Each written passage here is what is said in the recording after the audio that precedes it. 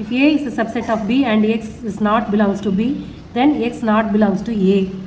A is a subset of Bன்னு கொடுத்தா Aல இருக்க எல்லா எலிமெண்ட்டும் Bல இருக்குன்னு அர்த்தம்.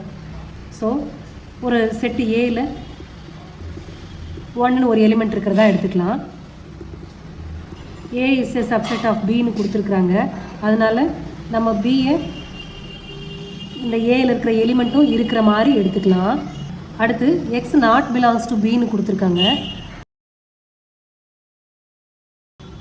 So take X equal to some other number other than the elements of B. So take X is equal to 3.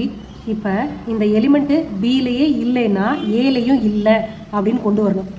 இப்போ X equal to 3ன்னு எடுத்துருக்கோம். இப்போ இந்த 3 ஏல இருக்கா? இல்லை இல்லையா? 3 is not belongs to A. So X is not belongs to A. இல்லையா? X equal to 3ன்னு எடுத்திருக்கோம். ஏன்னா X not belong to Bன்னு கொடுத்துருக்காங்க.